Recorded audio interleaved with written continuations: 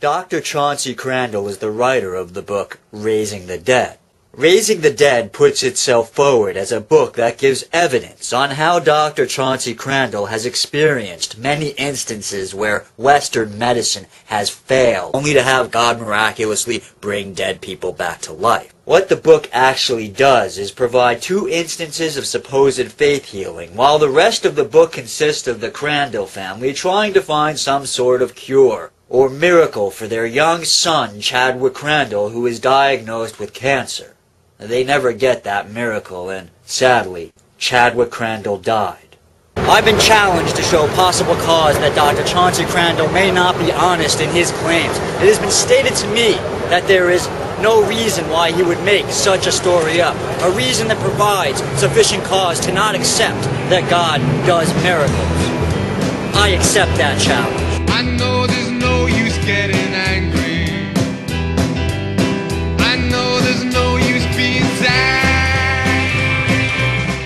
A little background on Dr. Crandall first. Dr. Crandall is trained as a doctor and cardiologist. In fact, he did some of his fellowship at New York City's Mount Sinai Hospital. He isn't some Kent Hovind University graduate. You can't just toss him in with the Popoffs and Hovins of the world. Dr. Crandall claims that in 2006 a patient came into the ER, collapsed dead from a heart attack, and could only be brought back to life by the power of prayer. Now, despite the claim that he is a world-renowned cardiologist, I haven't had much luck finding anything written by him or about him that didn't come from a conservative Christian website, show, or blog. The same goes for his private practice, the Palm Beach Cardiovascular Clinic. Outside of the usual website mentions you get listing out area businesses, all I could find was a PDF from a court case involving a ruling by a judge on a contract dispute between the clinic and a former employee. What I didn't find are any mentions of peer-reviewed articles by Dr. Crandall, nor any publicity regarding his professional life outside of promoting Christianity and the products he markets and sells. But for promoting Christianity and the products he sells, I found many pages about Dr. Crandall and his miracle experiences, both by him and by others. The majority of these pages also conveniently mention his aforementioned book. These sites will often mention Dr. Crandall's online newsletter or offer online tests that inevitably lead to offering you a subscription for his newsletter that sells for about $50 a year. So we've got a doctor who out of the blue announces he's been part of a miraculous healing by God in a country that boasts that at least 70% of the population is Christian. A doctor who, because of that claim, has gotten numerous interviews on talk shows, radio shows, news shows, hundreds of blogs written about him, has been offered and taken the position of contributing writer on what is one of the top Christian conservative news sources that boasts tens of millions of hits a month, all of which is free advertising for not just his services as a doctor, but also for the book he's written that goes for $12 a pop, plus the newsletter he puts out at a cost of roughly $50 for a year's subscription.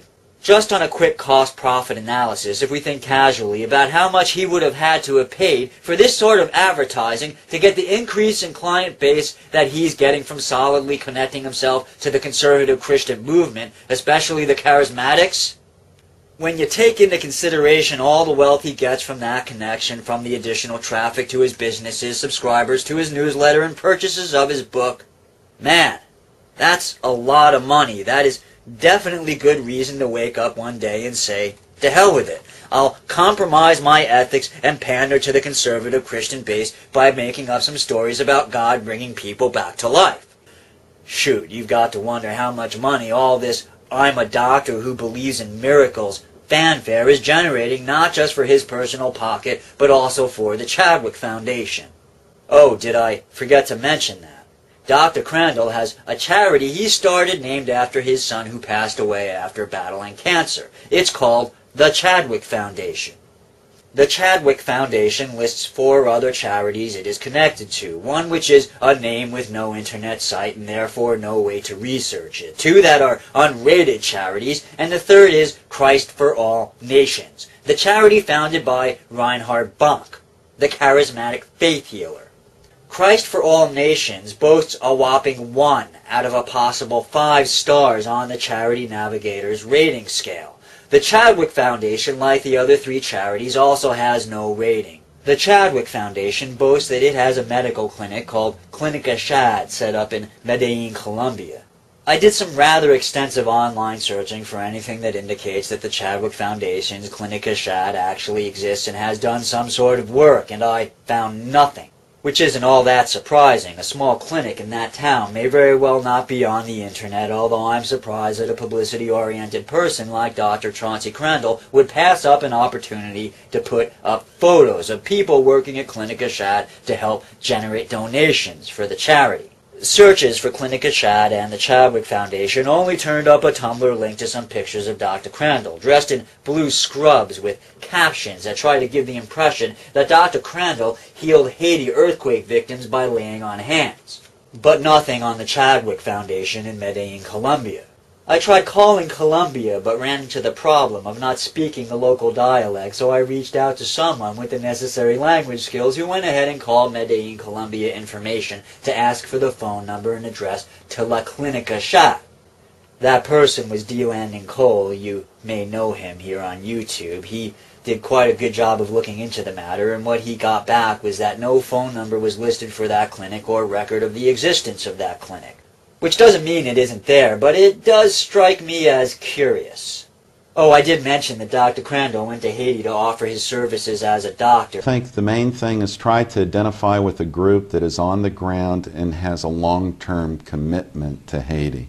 You know, there are many great organizations out there, but are they committed long-term, and do they have relationships on the ground working with local people there? Those are the people that I would donate money to and give assistance. And what they need right now is really cash. They don't need you to send rice or black beans. It's difficult to get that over there, but they need your money. And I would identify with many of the missionary groups that are on the ground, many of the churches that are there, the Red Cross and other relief organizations that have a long-term commitment to see Haiti turn around. I'm going to run with his advice and offer a list of reputable charities that are actually doing good work in Haiti that helps with rebuilding.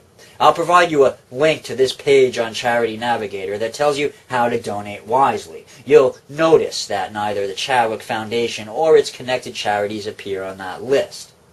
There are other groups doing good work in Haiti that aren't on that list. For example, Cuba sent doctors to help out with the relief effort and has had people on the ground in Haiti helping to train medical personnel for years. Yes, I'm aware that many of you will say that Fidel Castro has the ulterior motive of sending aid so that he can build friendships, gain favor, and in the end run turn a profit for himself and his country, and I say, you're absolutely right. I have no problem with Fidel Castro using his charitable work to boost his own profits, or with Dr. Chauncey Crandall using his visits to Haiti to bring himself greater publicity, but there does come a moment when you have to look at the why behind the what, and determine if the good works a person does can be defined as simply good.